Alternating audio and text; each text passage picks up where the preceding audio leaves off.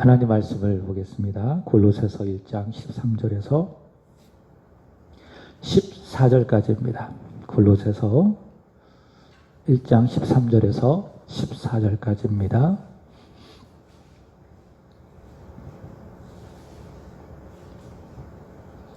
다 같이 함께 한 목소리로 합독하겠습니다. 시작.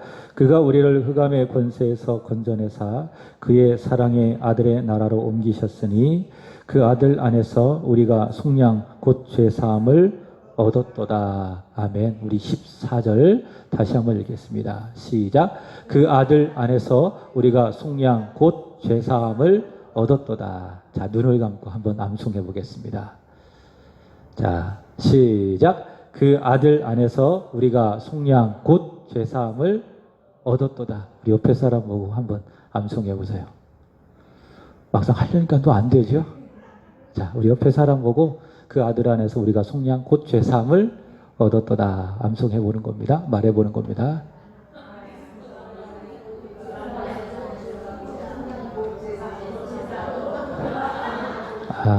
네, 참 잘하셨습니다. 우리 인사하겠습니다. 참 잘하셨습니다. 시편 1편의 말씀을 보면 하나님의 말씀을 주야로 묵상한 사람이 무엇이 있다? 복이 있다. 여러분 이 말씀을 묵상하시기 바랍니다. 여러분은 복이 있는 사람인데 이러한 말씀을 묵상함으로 말미암아 더 큰 복의 사람이 될 줄로 믿습니다. 우리 서로 따라서 해보겠습니다. 예배가 생명입니다.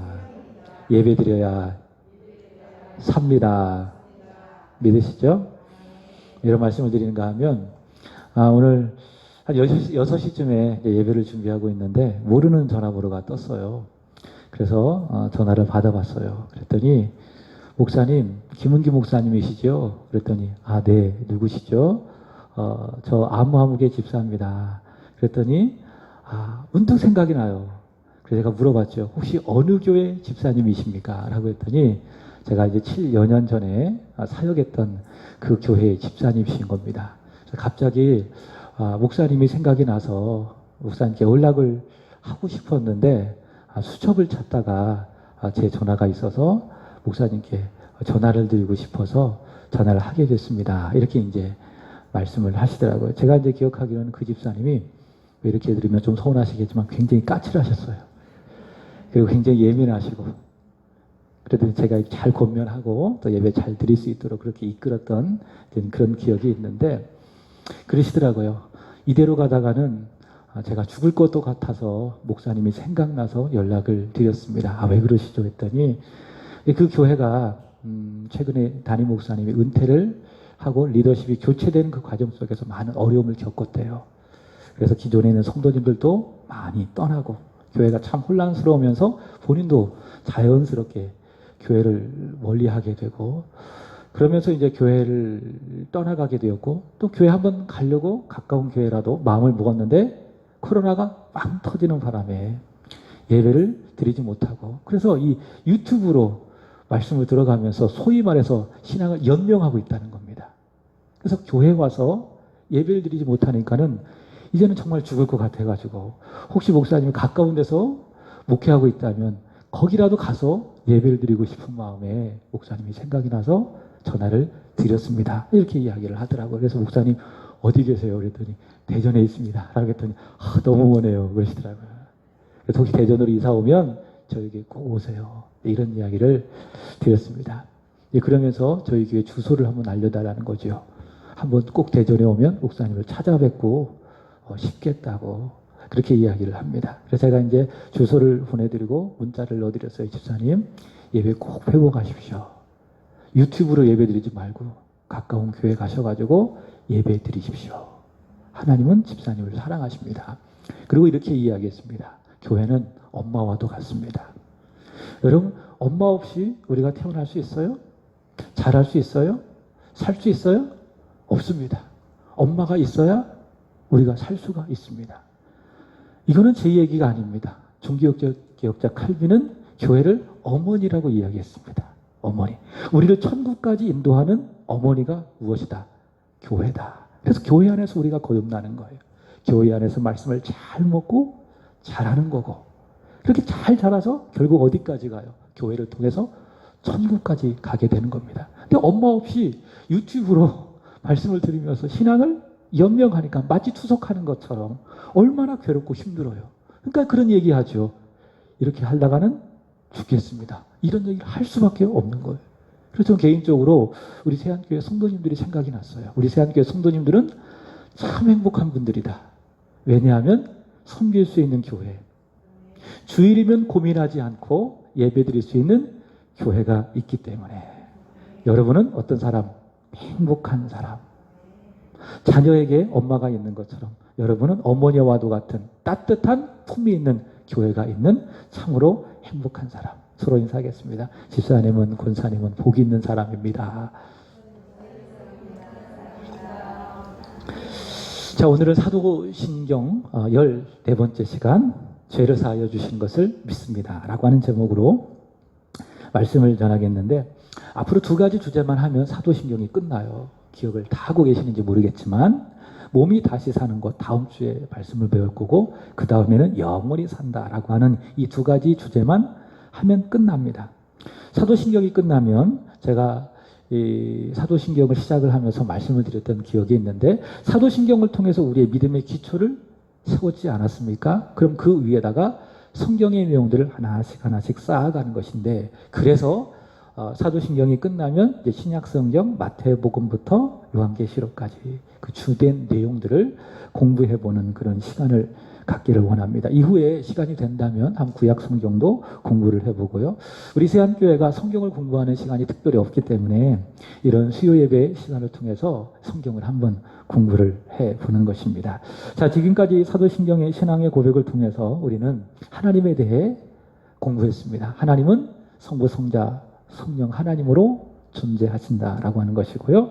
지난주에는 그 하나님께서 이 땅에 자신의 영광을 나타내시고 세상으로 하여금 예수를 믿게 하여 그 앞에 무릎을 꿇어 영광을 올려드리게 하기 위해서 이 땅에 세우신 믿음의 공동체 교회에 대해서 여러분에게 말씀을 드렸고요. 그래서 교회는 본래 하나이다 라고 하는 것을 말씀을 드렸고, 두 번째로는 그 교회 안에 교회를 이루는 사람들을 지체라고 이야기합니다. 그래서 여러분들은 세한교회를 이루는 지체예요. 그래서 내가 있어야 상대방도 있는 것이고, 그래서 말씀을 드렸죠. 우리 주일에 이병구 집사님도 기도했지만 믿음 생활 곧 교회 생활인데, 교회 생활은 독창이 아니라 무엇이다?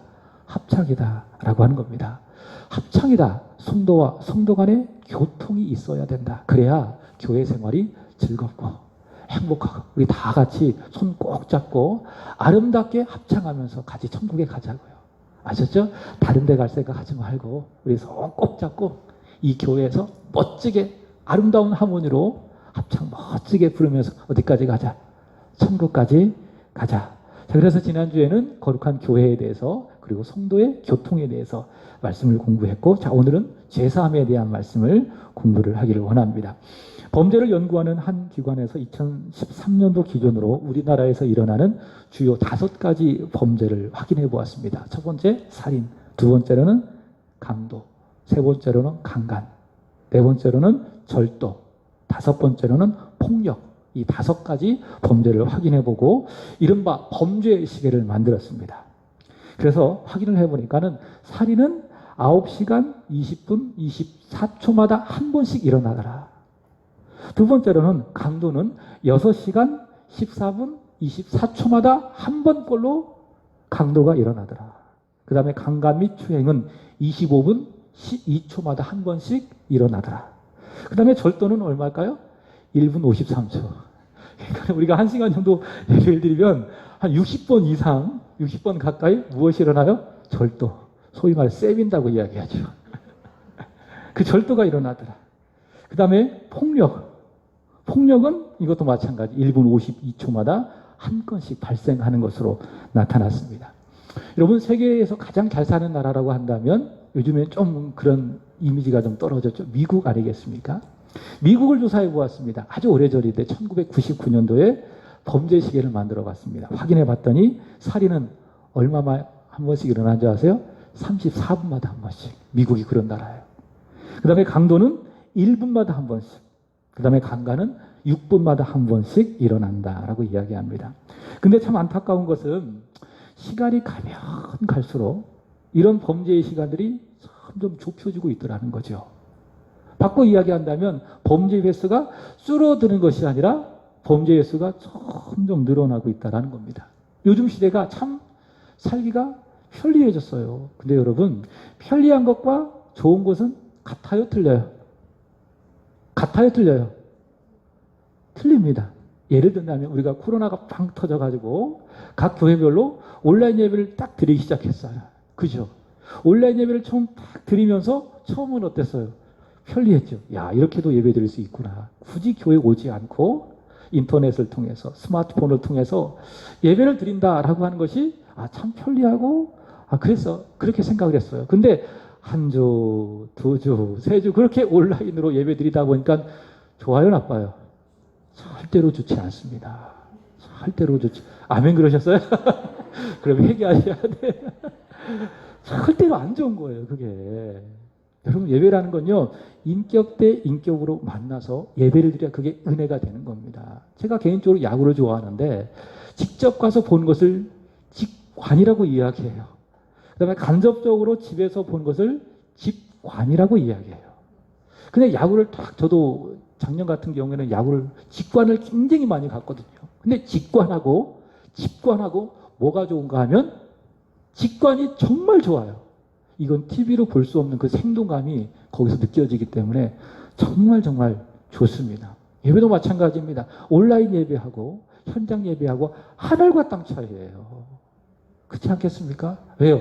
인격과 인격의 관계가 형성이 되고 거기에서 눈을 맞추면서 말씀을 전하고 또 듣기 때문에 거기로부터 받는 은혜는 정말 크다. 근데 유튜브로 나를 알지 못하는 그런 목사님, 그런 말씀을 드리면 소위 말해서 그렇구나라고 은혜는 돼요. 그렇지만은 그게 나로 하여금 진정한 삶을 바꾸게 하는 능력이 되냐? 그거는 미지수라 이런 말입니다. 왜? 관계가 형성이 되지 않았기 때문에 그렇다는 겁니다. 자, 편리한 것과 좋은 것을, 신앙의 편리함과 신앙의 유익하고 좋은 것을 구분하자라고 하는 겁니다. 무슨 말씀을 드리고 싶은가 하면 과거보다 현재가 살아가기가 편리해졌다 그 말입니다.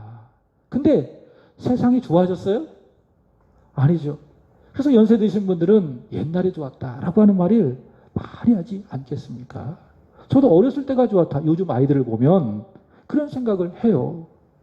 과거보다 현재가 좋아졌느냐? 그건 아니라는 거예요. 왜냐하면 죄의 문제가 해결되지 않고 시간이 가면 갈수록 죄의 문제가 점점 심각해지고 점점 그 범죄의 사건이 많아지기 때문에 그렇다라는 겁니다. 성경이 말하고 있는 죄와 범죄는 다르죠. 범죄를 영어로 crime이라고 이야기합니다. 죄는 영어로 sin 이렇게 이야기합니다. crime과 sin입니다. 구분되지만 연결시킨다면 sin, 죄가 있기 때문에 거기로부터 무엇이 나와요? crime, 범죄가 나오는 것이죠. 그럼 죄란 뭔가? 죄가 뭘까? 그 개념을 내리려면 성경 속으로 들어가야 됩니다. 하나님과 관계 속으로 들어가야 정확하게 죄가 무엇인지를 우리는 알 수가 있습니다. 여러분, 하나님과 사람과의 관계를, 하나님은 그 사람을 만드신 창조주이다. 그리고 사람은 그 창조주로부터 지음받은 피조물이다 라고 하는 겁니다. 이게 창조주 하나님, 피조물인 사람이라고 하는 그 관계입니다. 그럼 창조주는 의무가 뭐냐? 피조물인 사람에게 말씀하는 거예요. 그럼 피조물의 의무의 책임은 무엇인가? 그 창조주 하나님의 말씀을 듣고 그리고 순종해야 됩니다. 그게 피조물이 지켜야 될 마땅한 당연한 법이라는 거예요. 법. 창조주 하나님이 말씀하시면 피조물인 사람은 그 말씀을 잘 듣고 지켜야 된다. 그것이 무엇이라고요? 피조물이 따라야 할 법이라고 하는 겁니다. 문제는 그 법을 피조물이 지키지 않을 때에 그것을 뭐라고 이야기하는가 하면 따라서 볼까요? 불법. 그래서 우리가 하나님이 말씀하시는 것을 듣고도 지키지 않으면 그게 뭐예요? 내가 지켜야 되는 것이 법인데 그것을 내가 어기기 때문에 그거를 불법이라고 이야기하는 거예요. 근데 성경은 그 불법을 죄다 이렇게 이야기하고 있는 거죠. 성경을 확인해 보겠습니다. 요한일서 3장 4절입니다. 읽어보겠습니다. 시작.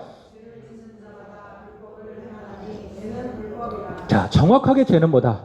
불법이다. 창조주 하나님이 말씀하신 것을 피조물인 사람이 듣고도 지키지 않는 것, 법을 어기는 것, 그것이 바로 불법, 죄다라고 이야기하고 있습니다. 특별히 하나님께서는 사람이 하나님 앞에서 지켜야 될 법을 기록해서 우리에게 주셨습니다. 그것이 무엇인가 하면 율법. 조금 더 좁히자면 십계명이라는 겁니다. 근데 이 십계명은요, 크게 두 부분으로 나누어져요. 해라, 하지 말아라 라고 하는 법으로 나누어집니다. 예를 든다면 하나님 외에 다른 신을 두지 말아라 라고 이야기합니다. 그 다음에 두 번째로는 내 부모를 공경해라. 그러니까 해라, 하지 말아라. 이게 무엇입니까? 하나님께서 말씀하신 율법, 십계명의 주된 내용이다라는 겁니다. 근데 사람은 어때요? 하지 말라고 하는 것을 어때요? 더 하잖아요. 그죠? 그 다음에 해라 하는 거 해요, 안 해요? 안 합니다. 그러니까 저희 둘째 아이를 보면 그렇더라고요. 하는 건 정말 안 해요. 100번을 이야기해도 안 해요. 근데 하지 말라고 하는 거는 시키지 않아도 정말 열심히 해요. 그게 뭐죠? 불법이에요. 해야 되는 것을 해야 되는 게 법이에요. 하지 말아야 될 것을 하지 않는 게 사람이 지켜야 될 마땅한 법인데 사람은 그렇지 않더라. 하지 말아야 될 것을 당연스럽게 하고 또 해야 될 것을 정말 안 하고 그게 무엇이라고요? 불법. 그래서 이 십계명을 다 보면 사람이 얼마나 불법을 행하는 죄인인지 정확하고 그리고 분명하게 우리에게 알려주는 일종의 거울이다라는 겁니다. 율법을 다 지키기 위해서 지킬 수 있기 때문에 하나님께서 십계명을 주신 것이 아니라 율법을 통해서 봐라. 너희들이 얼마나 하나님의 말씀에 순종하지 않는 불법을 행하는 죄인인지 봐라. 우리에게 알려주기 위해서 십계명을 주셨다. 그런 말이죠. 요즘 여러분 동성애가 이 죄인가 아닌가라고 하는 그런 문제로 찬반 논쟁이 많이 있습니다. 뭐 개인의 성적인 취향이고 또 인권인데 왜 그것을 죄라고 규정하느냐. 그래서 이것을 죄라고 규정하는 것을 그들에게 가하는 차별이라고 생각을 하고 이 차별을 금지하는 법을 얼마 전에 발의를 했어요. 그것이 무엇입니까? 포괄적 차별금지법이라고 합니다. 여러분 성경을 보면 동성애에 대해서 뭐라고 이야기하죠? 죄입니까? 아니면 인권입니까? 죄라고 이야기합니다. 분명히 이야기하고 있습니다. 근데 만약에 여러분 이 포괄적 차별금지법이 현재 이제 발의만 됐어요. 이 정의당 의원 10명에 의해서. 발의가 됐는데 이게 상정이 되고 국회에서 통과가 딱 되잖아요. 이제 그때부터 어떤 효력이 발생되는가 하면 제가 만약에 동성애는 죄입니다. 성경을 따라서 설교하잖아요. 그러면 누군가가 이 내용이 홈페이지에 올라가는데 그것을 딱 듣고 세안교회 아무아무개 목사가 동성애를 죄라고 했습니다. 라고 고소를 해버리면 어떡합니까? 제가 이제 경찰서에 가는 거예요.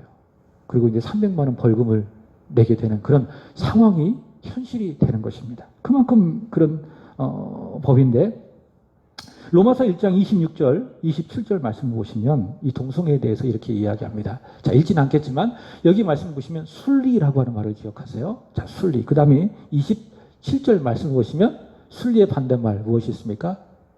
영리. 26절 영리라는 말이 있죠. 그 다음에 영리, 그 다음에 순리. 27절에는 순리 이렇게 이야기하는데 순리가 뭐냐면 결혼은 남자와 여자가 해야 되는 게 하나님이 정하신 창조 질서고 순리예요.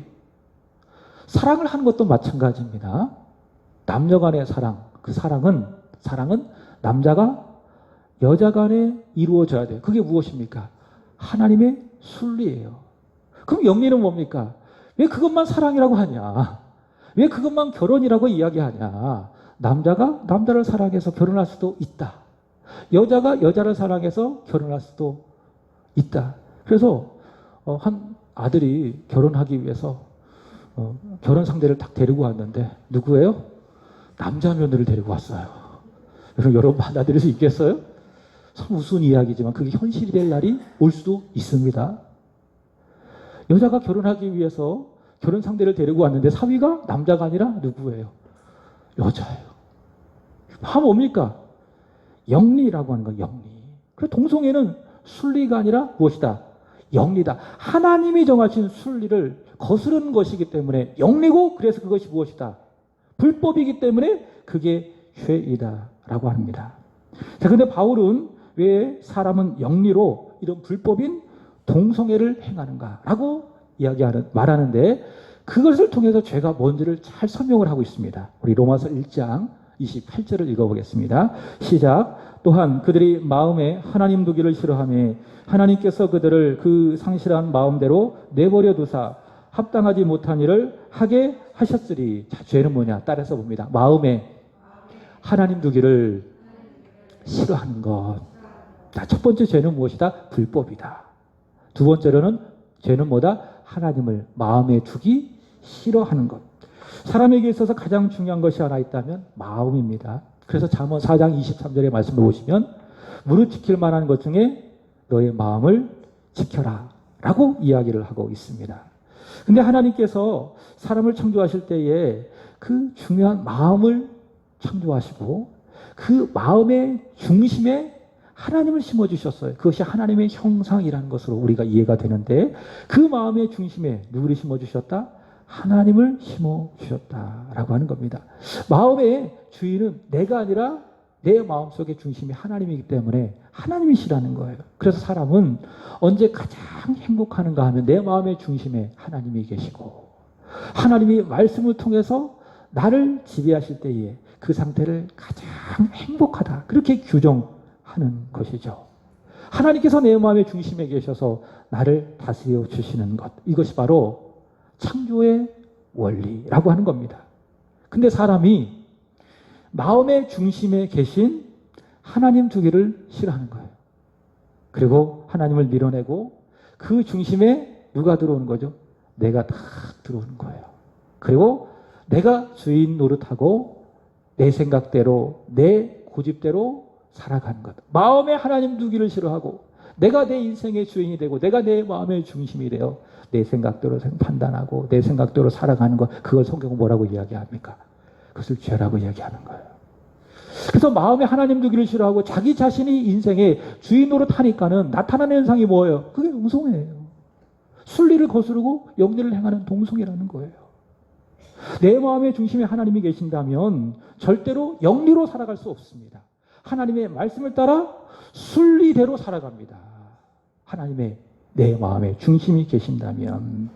자, 그러므로 다시 돌아가서 죄가 뭔가 하면 로마서 28장 마음에 하나님 두기를 싫어하는 것. 그것이 무엇이다? 죄이다. 마치 누가복음 15장에서 탕자처럼 아버지 슬하였을 때 그 아들은 가장 행복한 거예요. 근데 죄는 뭐냐? 마치 그 아들이 아버지를 멀리 떠나는 것처럼 아버지가 분리되는 것처럼 죄는 뭐다? 내 마음에 하나님 두기를 싫어하고 하나님으로부터 멀어지는 것, 하나님과 분리되는 것. 그것이 바로 씬, 죄다라는 겁니다. 바로 그러한 씬이 있기 때문에 하나님과 분리되었기 때문에 불법을 행하기 때문에 그 다음부터 뭐가 나와요? 크라임, 범죄가 나오는 거예요. 그래서 로마서 1장 29절에서 31절에 보면 이런 범죄들을 쭉 소개하고 있습니다. 읽지는 않겠지만 불의, 추악, 탐욕, 시기, 살인, 분쟁, 악독, 그 다음에 수군수군 30절 보시면 비방, 그 다음에 능욕, 교만, 자랑, 악을 도모, 부모를 거역, 31절 우매, 그 다음 배약, 무정, 무자비. 이런 어떤 범죄들이 인생들 가운데 우리 안에 있게 되는 겁니다. 자, 성경을 보면 근데요, 모든 사람은 다 죄인이다 라고 이야기합니다. 한 사람도 예외 없이. 그러나 인생 가운데 죄 없는 한 분이 있습니다. 예수님. 히브리서 4장 15절의 말씀을 보시면 그는 우리와 똑같은 고난을 받으셨지만 우리와 다른 점이 하나 있는데 그분에게는 죄가 없으시다. 모든 사람은 다 죄인이다 라고 이야기합니다. 성경을 읽어보겠습니다. 잘 아시는 말씀이지만 로마서 3장 23절입니다. 시작. 자, 보세요. 모든 사람 다 죄를 범했다. 그래서 마땅히 이르러야 할 하나님의 영광에 이르지 못했다라고 이야기합니다. 로마서 3장 10절 12절도 같습니다. 읽어보겠습니다. 시작. 기록된 바 의인은 없나니 하나도 없으며 깨닫는 자도 없고 하나님을 찾는 자도 없고 다 치우쳐 함께 무익하게 되고 선을 행하는 자는 없나니 하나도 없도다. 자, 모든 사람은 다 죄인이다. 선을 행하는 사람, 하나님의 뜻대로 살아가는 사람 있다 없다? 없다. 예수님 빼고 모든 사람은 다 죄인이다. 그렇게 이야기합니다. 그러면 하나님을 떠나는, 하나님을 마음에 두기 싫어하는 죄, 하나님의 말씀에 순종하지 않는 불법인 그 죄. 모든 사람이 다 그 죄 아래에 있는데 그 죄는 결국 어떻게 되는가라고 하는 겁니다. 한번 따라서 보겠습니다. 관계 파괴. 죄의 결과는 뭐냐? 뭐라고요? 관계가 파괴된다라고 하는 거예요. 첫 번째로는 하나님과 나와의 관계가 파괴가 되는 거예요. 무엇 때문에? 죄 때문에. 그래서 여러분, 하나님과 나와의 관계를 우리는 잘 점검해야 돼요. 난 하나님과 좋은 관계 속에서 살아가고 있는가? 그래서 내 안에 말씀이 충만해서 하나님을 향한 믿음과 신뢰가 많잖아요. 그럼 하나님이 정말 가까이 계시는 것 같아요. 하나님은 멀리 떠나 계시지 아니하시고 지금 나와 함께 하시는구나. 나의 오른손을 굳게 붙들고 힘든 삶의 여정이지만은 지금 나와 함께 하시는구나. 아멘하고 할렐루야 하면서 하나님을 찬양하면서 어려움의 길을 잘 겪어내고 감당하죠. 그게 믿음이 충만하면 그렇습니다. 근데 죄가 충만하면, 죄가 나와의 하나님과의 관계 속에서 끼어들면 어때요? 하나님이 먼 곳에 계신 것만 같아요. 하나님이 나를 사랑하지 않는 것 같아. 하나님이 안 계신 것만과도 같아. 그 누구 생각이에요? 내 생각이에요. 하나님의 생각은 나를 향한 절대로 변한 적이 없습니다. 나는 널 사랑해. 나는 너를 떠나지 않을 거야. 나의 의로운 오른손으로 너를 붙들어 줄 거야. 그 하나님의 말씀은 과거에나 지금이나 앞으로 영원토록 변함이 없습니다. 왜냐하면 나와 상관이 없이 하나님 성품 자체가 신실하신 하나님, 변함이 없으신 하나님이시기 때문에 그런 거예요. 만약 하나님이 우리와 똑같이 어떤 마음의 변화가 있고 감정의 변화가 있고 환경에 따라서 자꾸 생각의 변화가 있다면, 우리가 잘 살면, 우리가 믿음으로 살면 그래, 참 너는 참 예쁘구나. 그렇게. 근데 그렇지 않을 때가 있잖아요. 때로 밉게 보이기도 하고 답답하게 살기도 하고 하나님의 마음을 아프게 해드리기도 하고. 그럼 어때요? 네가 어떻게 나한테 그럴 수가 있어? 난 너와 함께 하지 않을 거야. 난 이제 너를 향한 사랑을 중단할 거야. 그렇게 하시겠잖아요. 근데 하나님은 절대로 그렇게 하지 아니하신다. 하나님 성품 자체가 변함이 없는 하나님이기 때문에 하나님은 늘 그 자리에서 같은 눈으로 우리를 바라보시며 너와 함께 하겠다. 나는 너를 사랑한다. 그렇게 우리에게 말씀해 주시는 하나님. 근데 문제는 누구라고요? 나라고요. 내 죄. 하나님을 멀리하는 그 내 죄가 나와 하나님과의 관계를 파괴하게 하고 점점 멀어지게 만든다라고 하는 겁니다. 자, 보세요. 죄 때문에 하나님과 나와의 관계가 파괴되잖아요. 그러면 그 다음 연쇄적으로 나타나는 현상이 무엇인가 하면 사람과 사람 사이의 관계도 파괴가 돼요. 신기하죠? 그죠? 하나님과의 관계가 멀어지잖아요. 예배가 안 되잖아요. 믿음에 있어서 자꾸 실패하잖아요. 그럼 우리 믿음의 사람들은, 영적인 사람들은 그 다음에 나타나는 2차 붕괴가 무엇인가 하면 사람과 사람 사이의 관계가 붕괴가 되는 거예요. 그래서 남편이 막 믿기도 하고 아내가 막 이해가 안 되고 자식을 보면 막 답답하고 회사에 가면은 저 인간 좀 안 나왔으면 좋겠어. 그런 인간들이 평소보다 너무 많이 모여. 그렇지 않겠습니까? 하나님 관계가 파괴가 되면 그러는 거예요. 근데 하나님 관계가 잘 형성이 되면 어때요? 믿지 않는 남편도 그렇게 예쁠 수가 없어요. 축복하고 평소에 안 해주던 반찬도 막 해서 주고, 그러면 그 남편이 놀래죠. 안 하던 사람이 막 그러는데. 근데 알고 보니까 은혜 받고 왔어요. 직장에 가도 막 미운 사람들이 하나도 없어요. 다 내가 품어야 될 사람이고 내가 사랑해야 될 사람으로만 보이고 내가 예수전에서 구원받게 해야 될 사람으로만 보이게 되는 겁니다. 자체는 하나님과의 관계를 파괴를 불러오고 또 사람과 사람 사이의 관계를 파괴를 불러오고 더 나아가 우리가 살아가고 있는 환경과의 파괴도 불러온다라고 하는 겁니다. 요즘 우리나라가 이상기후 현상이 많이 나타나지 않겠습니까? 지난 겨울 같은 경우에는 추웠어요, 안 추웠어요? 정말 안 추웠어요. 제가 대전에 올 때 한 7년 전만 해도 눈이 정말 많이 왔어요. 제가 사역했던 교회가 영광교회인데 거기 주차장이 엄청 넓어요. 근데 거기 눈이 오면은 그거 쓰느라고 아주 죽어납니다. 그 한 달에 한 4번을 하루 종일 눈 썰었던 그런 기억이 있어요. 근데 이제 시간이 가면 갈수록 눈이 잘 안 오더라고요. 그리고 겨울이 겨울 같잖아요. 곰 같아요. 따뜻해져요. 이상기온 현상이라고 이야기하죠. 누구 때문에 그런 거예요? 사람이 환경을 잘 관리하지 않기 때문에 나타나는 현상 중에 하나이다라는 겁니다. 사람의 죄 때문에. 자, 죄는 관계의 파괴를 불러온다. 하나님과의 관계를 파괴를 불러오고 사람과의 관계, 환경과의 관계의 파괴를 불러온다. 결국 모든 사람은 그렇게 관계의 파괴 속에서 이 세상 속에서 저주와 형벌 가운데 살아가다가 결국 어떻게 됩니까?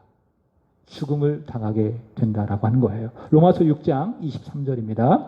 시작. 죄의 삭은 사망이요 하나님의 은사는 그리스도 예수 우리 주 안에 있는 영생이니라. 이렇게 이야기합니다. 자, 그렇게 죄인으로 태어난 모든 사람은 파괴된 관계 속에서 불행과 고통과 아픔과 눈물과 상처 속에 살다가 결국 어떻게 되죠?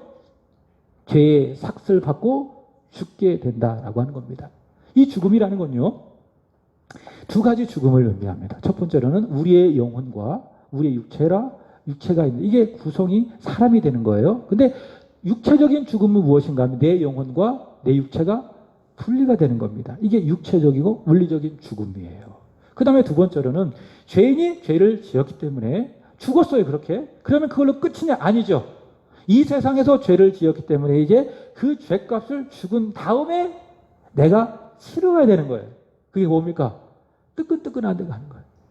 지옥 가는 거예요. 지옥의 형벌을 말하는 겁니다. 요한계시록 20장 14절의 말씀을 보시면 그 죽음을 둘째 사망이라고 이야기합니다. 그러니까 모든 사람은 몇 번 죽어요? 2번 죽는 거예요. 죄의 삭수로. 2번을 죽는 겁니다. 육체적인 죽음, 그 다음에 지옥불로 들어가는 둘째 죽음. 근데 요한복음 3장의 말씀을 보시면 거듭남이라는 것이 있습니다. 사람이 한 번 태어나면 2번을 죽어요. 그러나 사람이 이 세상을 살아가면서 2번 태어나잖아요. 그러니까 물리적으로 한 번 태어나고 영적으로 예수 믿고 한 번 태어나면 몇 번 죽습니까? 한 번 죽는 거예요. 그러나 한 번 태어나면 몇 번 죽는다? 2번을 죽게 된다라고 하는 것입니다. 자, 어쨌든 죄의 삭은 무엇이다? 사망이다. 자, 오늘 말씀의 중심인데 그러나 사도신경은 이렇게 이야기합니다. 자, 죄가 불법이고 하나님을 마음에 두기 싫어하는 것이 죄고 또 2번 죽게 할 수밖에 없는 그 죄를 놀랍게도 복음은 하나님은 어떻게 해주신다? 사해 주신다. 라는 것을 나는 믿습니다. 라고 사도신경은 우리에게 고백을 하고 있습니다. 그래서 나는 죄를 사해 주신 것을 나는 믿습니다. 우리는 성경의 고백대로 그렇게 말하고 있습니다. 하나님께서는 그렇게 우리의 죄를 사해 주세요. 과거의 죄도 사해 주시고 오늘 내가 죄를 지었다면 그 죄도 사해 주시고 앞으로 모든 미래의 죄까지도 다 사해 주십니다. 죄의 지배로부터 죄의 세력으로부터 완전히 해방을 시켜 주십니다. 그것이 바로 사도신경이 죄를 사해 주신 것을 믿습니다 라고 하는 의미인데, 근데 하나님께서 그렇게 우리의 죄를 사해 주시는데 어떤 근거로 사해 주시는가? 하나님은 공의로우신 분이라고 이야기하지 않겠습니까? 그러니까 하나님은 공의롭다. 죄에 대하여 철저하게 심판할 수 있는 공의롭고 정의로우신 하나님이신데 죄인인 우리를 어떻게 하나님께서 죄를 사해 주시는가 라고 하는 겁니다. 어떻게 사해 주시는가? 성경은 말하기를 하나님의 아들 예수 그리스도의 십자가와 그의 공로로 저와 여러분의 죄를 사해 주신다라고 이야기합니다. 하도 많이 들어서 우리는 감동이 없는데 정말 이것은 또 듣고 또 들어도 우리의 마음속에 은혜가 되는 복음이에요. 죄인인 나를 영원한 죽음, 첫째 사망, 둘째 사망에 빠질 수밖에 없는 나를 하나님은 사랑하셔서 나의 죄를 사해 주셨는데 어떻게?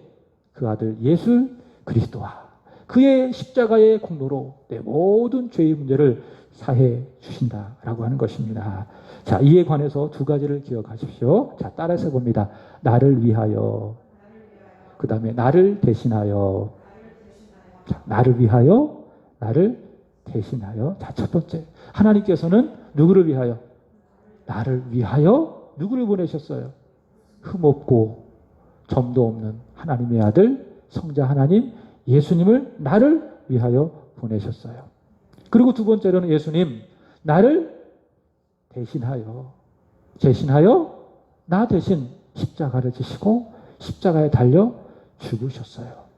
그래서 나를 위하여 오신 예수님, 그리고 나를 대신하여 고난받으시고 십자가에서 죽으신 그 예수님의 그 공로로 하나님은 저와 여러분의 모든 죄를 사해 주셨다라고 하는 겁니다. 여러분, 이것은 구약시대의 제사의 원리와 똑같아요. 이스라엘 백성들이 죄를 졌어요. 그러면 하나님께서 그 죄의 문제를 임시적으로 해결할 수 있는 그런 대안을 주셨어요. 물론 이 제사도 결국 그리스도의 십자가의 공로를 미리 보게 할 수 있는 일종의 그림자였지만 원리는 이겁니다. 사람이 죄를 짓잖아요, 구약시대에. 그럼 어떡합니까? 그 죄의 문제를 해결하게 하기 위해서 하나님께서는 재물을 가지고 올 것을 이야기합니다. 그러면 그 사람은, 죄를 지은 사람은 제사장 앞으로 자기를 위하여 무엇을 가지고 갑니까? 재물을 가지고 갑니다. 그러면 그 사람은 제사장 앞에서 그 재물에 뭐 합니까? 안수하는 거예요. 안수한 거. 나를 위하여 가지고 간 그 재물 위에, 머리 위에 안수를 딱 하는 겁니다. 그러면 내 죄가 그 재물에게도 전가되는 거예요. 그러면 그 재물은 나를 대신해서 어떻게 합니까? 죽는 거예요. 찢겨 죽고 피 흘려 죽고. 바로 이런 원리입니다. 하나님의 아들 예수님도 마찬가지입니다. 나를 위하여 하나님의 어린 양이신 예수님께서 이 세상에 오셨어요. 그리고 내 죄를 담당하시고, 왜? 내 죄가 예수 그리스도에게로 전가되었기 때문에. 과거에 내가 지었던 죄, 오늘 내가 지은 죄, 심지어 내가 살아가면서 미래에 질 모든 죄까지도 하나님의 어린 양 대신, 점도 없고 흠도 없는 하나님의 어린 양 대신 예수 그리스도께서 다 담당하시고 어떻게 하셨어요? 나를 대신해서 죄인의 모습으로 십자가에서 죽으셨다라고 하는 겁니다. 그래서 로마서 5장 8절 이렇게 이야기합니다. 읽어보겠습니다. 시작.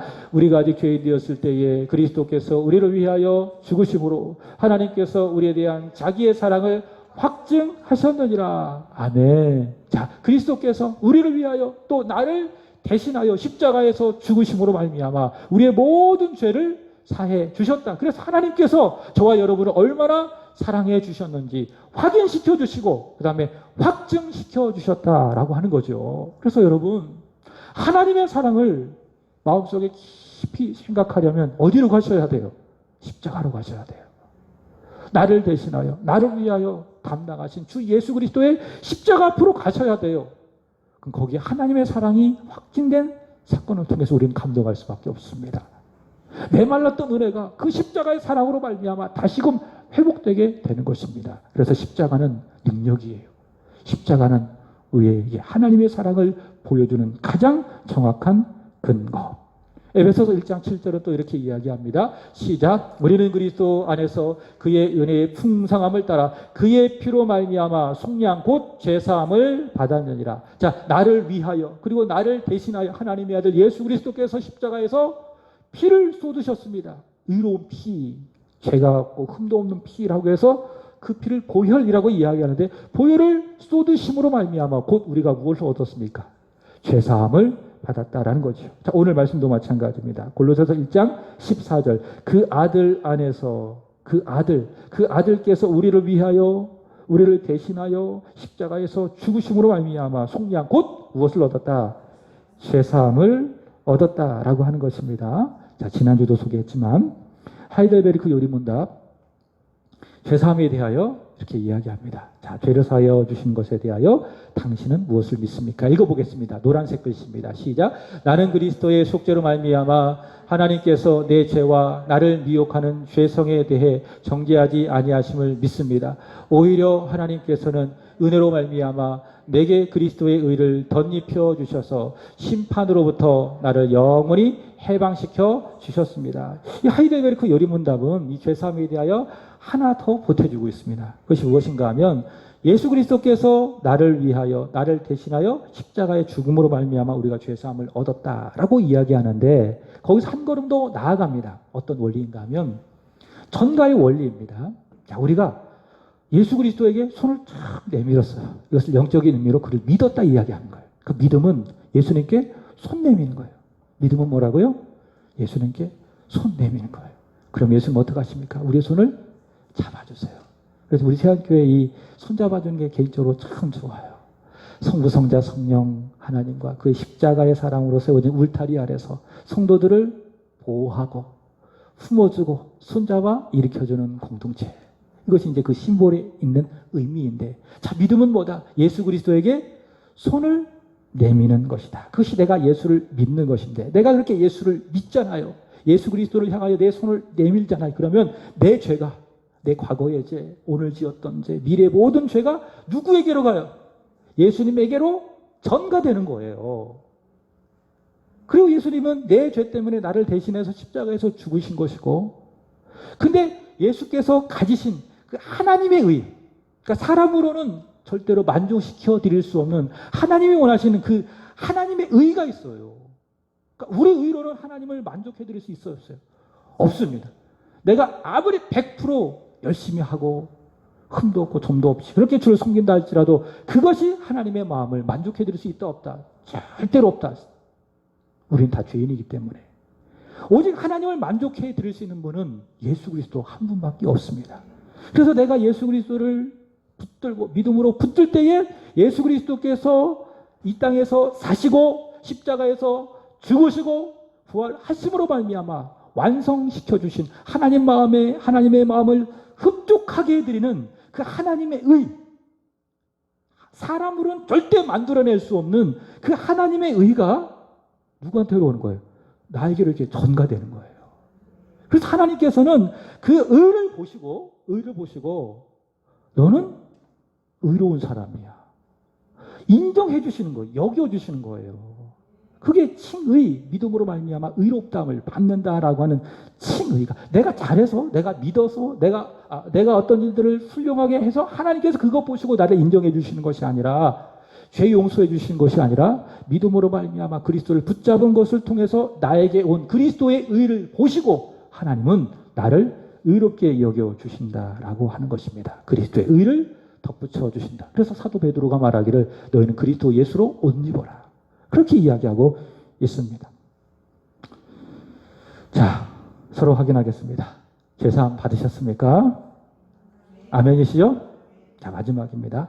여러분, 죄사함 받았다고 뭐 하셨어요? 아멘 하셨어요? 노멘 하셨어요? 아멘 하셨죠? 그러면 죄사함 받은 자로서, 그리스도의 의를 소유한 자로서 우리는 어떻게 살아야 할 것인가? 세 가지를 간단하게 말씀을 드리고 마치겠습니다. 첫 번째로는 하나님을 잘 섬기시는 거예요. 하나님을 잘 섬기는 게 뭡니까? 예배입니다.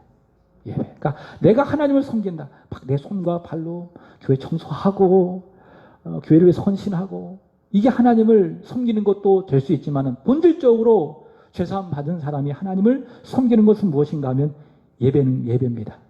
사도행전 13장 2절의 말씀을 보시면 안디옥 교회에서 선교사를 파송할 때에 이렇게 이야기합니다. 주를 섬겨 금식할 때에, 여기서 섬긴다라고 하는 말이 무엇인가 하면 영어로 워십이에요. 워십 또는 서브예요. 그러니까 예배 드릴 때에 성령께서 감동하시는 거예요. 내가 불러 시키는 일들을 위하여 바울과 바나바를 따로 세우라. 그래서 우리는 예배 가운데 누구의 음성을 들어요? 하나님의 음성을 듣는 거예요. 하나님은 예배를 통해서 나에게 하고 싶은 말씀을 하신다. 따로 어떤 환상을 통해서, 어떤 음성을 통해서 나에게 말씀하는 것이 아니라 나를 주의 몸된 교회로 부르시고 목사를 통해서 선포되어지는 하나님의 말씀을 통해서 나에게 하나님의 마음을, 하나님의 뜻을 환하게 보여주시는 것입니다. 죄사함 받은 사람은 하나님을 잘 섬기는 거예요. 무엇을 통해서? 예배를 통해서. 자, 두 번째로는 따라서 봅니다. 기기감. 참 기기감이 뭐냐면 데살로니가전서 5장 16절 18절입니다. 읽어보겠습니다. 시작. 항상 기뻐하라. 쉬지 말고 기도하라. 범사에 감사하라. 이것이 그리스도 예수 안에서 너희를 향하신 하나님의 뜻이니라. 첫 번째 기가 뭐예요? 기도. 죄송합니다. 항상 기뻐하고, 두 번째로는 쉬지 말고 기도하고, 세 번째로는 범사에 감사하고, 기감의 삶을 살아가는 거예요. 여러분 기뻐하십시오. 기뻐하면 기도하게 돼요. 기도하게 되면 감사하게 돼요. 이 세 가지는 함께 가야 되는 거예요. 제사함을 받은 사람 기감의 삶을 살아간다. 마지막으로 내가 아닌 다른 사람을 용납해 주는 것입니다. 하나님 나를 제사해 주셨어요. 바꿔 이야기한다면 나를 용서해 주셨어요. 그렇기 때문에 나에게 잘못한 사람 나도 어떻게 해줘야 내가 죄사함 받았으니 감당할 수 없는 죄사함의 은혜를 받았으니 내가 잘못한 사람 용납해 주고 용서해 주는 것입니다. 마태복음 18장 35절 읽어보겠습니다. 시작. 너희가 각각 마음으로부터 형세를 용서하지 아니하면 나의 하늘 아버지께서도 너희에게 이와 같이 하시리라. 너희가 하나님으로부터 죄 용서 받았으니 마음으로부터 너희 형제와 자매를 용서해라. 이렇게 이야기합니다. 여러분, 저와 여러분은 그리스도 예수 안에서 그의 피로 말미암아 죄 사함을 받았습니다. 이것을 0.1%도 의심하지 아니하고 저와 여러분은 우리 안에 계신 성령으로 말미암아 믿습니다. 자, 믿는 자로서 예배 잘 드리시고 기뻐하며 기도하며 감사하며 살아가시고 다른 사람을 용납하며 살아가는 저와 여러분 되기를 바랍니다. 기도하겠습니다. 하나님 아버지, 그리스도 예수의 피로 저희의 죄를 사해 주셔서 감사합니다. 우리의 공로가 아닌 그리스도의 십자가의 공로로 우리의 모든 죄, 과거의 죄, 오늘 지었던 죄, 앞으로 우리가 살아가면서 죄인이기 때문에 짓는 모든 죄를 사해 주신 줄로 믿습니다. 이 큰 은혜 다시 한번 우리의 마음속에 담아냅니다. 그리고 이제 살아내기를 원합니다. 예배하며 살게 하시고 기뻐하며 기도하며 감사하며 살게 하여 주시고 타인을 용납하며 용서하며 사랑하며 이해하며 배려하며 살아가게 하여 주옵소서. 그러한 삶이 내가 그리스도 예수 안에서 죄사함 받았다라고 하는 증거가 되게 하여 주옵소서. 예수님의 이름으로 기도합니다.